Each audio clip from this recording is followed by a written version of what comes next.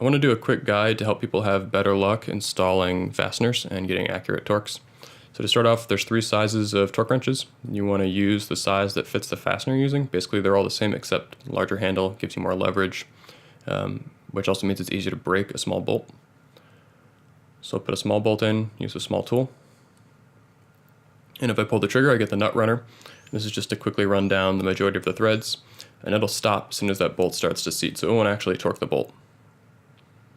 So left and right on the thumbstick control the torque wrench setting, and up and down change toggle and loosen. So I'm going to run this down, and then I'm going to pull until the torque wrench clicks, and that'll mean the bolt is torqued. And if I were to keep pulling, you can pull past the torque wrench window and apply too much torque to the bolt.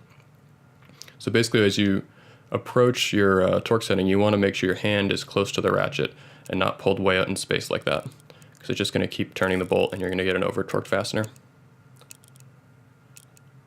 So I'll do this one wrong on purpose. So I'm running it down, and I'm going to have my hand way out from the tool like that, and I'll click forward, and then you can see it starts applying more tension.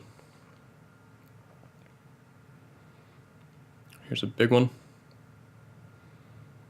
So I'll do this big bolt using the large tool.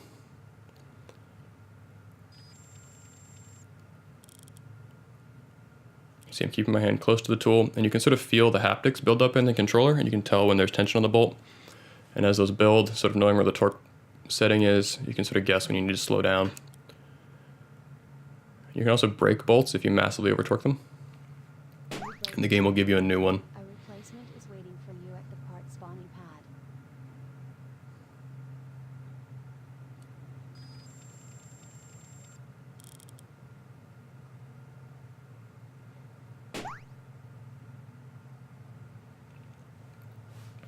And then lastly, just to help people have an easier time removing parts, which you shouldn't be doing a lot of removing bolts in this demo, but if you have to get back at something you did wrong, basically you want to break it free by hand and then use the nut runner to pull it out. And if you keep your finger on the trigger of the nut runner and don't let go, the bolt will stay attached to the tool until you let go of that trigger. So the idea here is you don't need 2 hands to remove a bolt.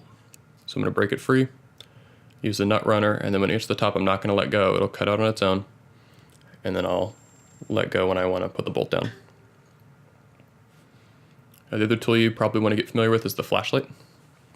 And this is really useful, especially when you're working on something dark colored or in a dark area. So I can install these oil squirters, and now I can actually see where they go.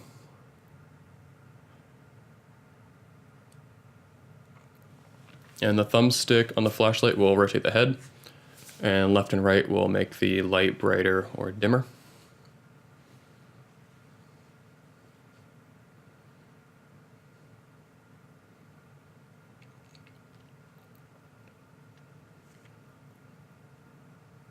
And you can also throw tools. You can always just get a new one out of your tool inventory.